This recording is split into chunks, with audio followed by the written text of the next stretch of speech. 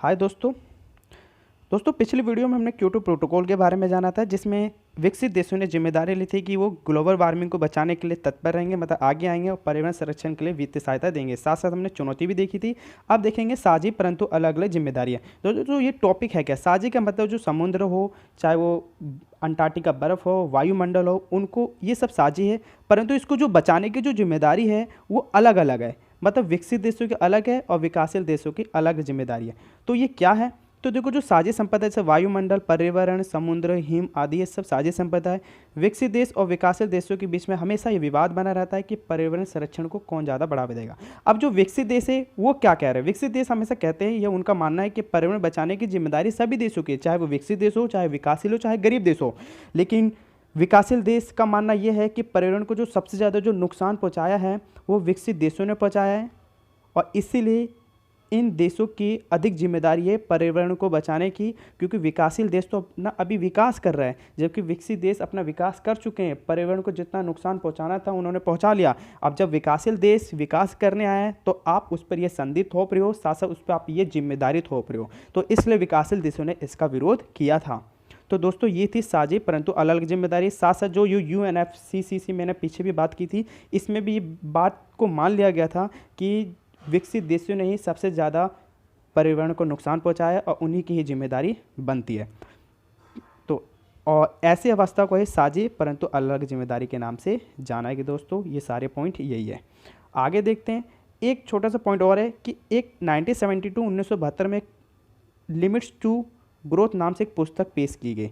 ये पुस्तक जो प्रकाशित की वो क्लब ऑफ रोम ने की। विद्वानों का एक समूह है, ठीक है, जो सरकारी मामले पर रिपोर्ट जारी करता रहता है। इस पुस्तक में क्या बात कही गई थी? इस पुस्तक में कहा गया था कि जिस प्रकार से विश्व की जनसंख्या बढ़ रही है उसी प्रकार से प्राकृतिक संसाधनों में कमी होती जा रही है। इन्होंने चेतावनी दी थी भविष्य को लेकर कि जिस प्रकार से जनसंख्या बढ़ रही है उस प्रकार से जो नेचुरल रिसोर्सेस है उसमें कमी होती जा रही है, जो भविष्य में आने वाली पीढ़ियों के लिए सबसे खतरनाक साबित हो सकता है।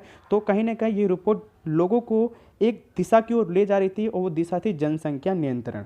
तो 10 जनसंख्या नियंत्रण की ओर ये इशारा कर रही थी ये रिपोर्ट। अब देखेंगे पर्यावरण को बचाने के लिए कौन कौन से आंदोलन हुए। दोस्तों, आपके इस बुक में जो है मैं वही बताऊंगा। तो इस बुक में एक है बांध विरोधी आंदोलन। तो एक बांध विरोधी आंदोलन 1980 के दशक में हुआ, और ये जो बांध विरोधी आंदोलन था ये ऑस्ट्रेलिया में हुआ। देखो, जो बांध है वो नदियों पर बनाया जाता है, ठीक, उसको लेकर विवाद हुआ। क्या विवाद था? विवाद यह था कि वहाँ पे जो एक फ्रैंकलिन नदी है उसके रूट को मोड़ा जा रहा था। जब रूट को मोड़ा जा रहा था तो उसके आसपास के जितने भी पेड़ थे उनको काटना पड़ता, मतलब उन वनों को हटाना पड़ता। साथ साथ उसके उस रास्ते में जितने भी घर और आते उन सबको हटाना पड़ता, मतलब उनका विस्थापन करना पड़ता। तो क्या हुआ कि वहाँ के लोगों ने फ्रैंकलिन नदी और बांध से प्रभावित होने वाले वनों को बचाने के लिए ये आंदोलन चलाया, और इसी को एक बांध विरोधी आंदोलन कहा गया। कहा जाता है कि विश्व का यह पहला बांध विरोधी आंदोलन था। तो दोस्तों, एक ये है। अगला है, इसमें है WMC, मतलब वेस्टर्न माइनिंग कॉरपोरेशन कंपनी का विरोध। एक फिलीपींस है, ये आपके चाइना के ईस्ट में पड़ता है, ठीक, इंडोनेशिया के भी ईस्ट में पड़ता है।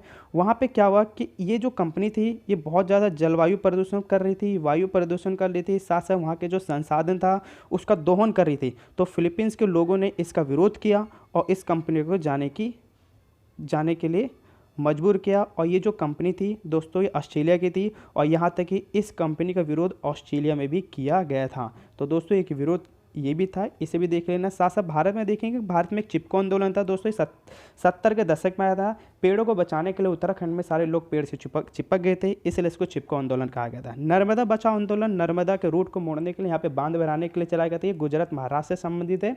ये भी 70 के दशक के आसपास हुआ था, और इसको बचाने के लिए वहाँ पे आंदोलन हुआ था, जिससे नर्मदा बचाओ आंदोलन कहा गया था। दोस्तों, UNFCCC की फुल फॉर्म ये है, आप सारे याद कर लेना, पेपर में पूछ लेते हैं। और साथ में वेस्टर्न माइनिंग कंपनी कॉप की फुल फॉर्म देख लो। और UNEP, देखो ये यूनाइटेड नेशन एनवायरनमेंट प्रोग्राम है।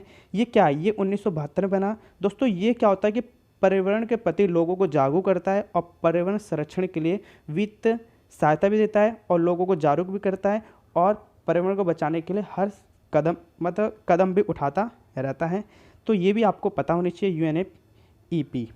आगे देखते हैं कि पर्यावरण संरक्षण में भारत की कौन कौन सी भूमिका है और भारत ने पर्यावरण को बचाने के लिए क्या क्या भूमिका निभाई। ये दोस्तों इंपॉर्टेंट हो सकता है, पेपर में कई बार ये पूछा गया है। तो देखो, सबसे पहले भारत ने ऑटो फ्यूल पॉलिसी में परिवर्तन कर दिया। मतलब अब जितने भी जो ऑटो फ्यूल है, जैसे स्वच्छ ईंधन को बढ़ावा देंगे, ठीक है, स्वच्छ ईंधन जैसे आप सीएनजी कह सकते हो।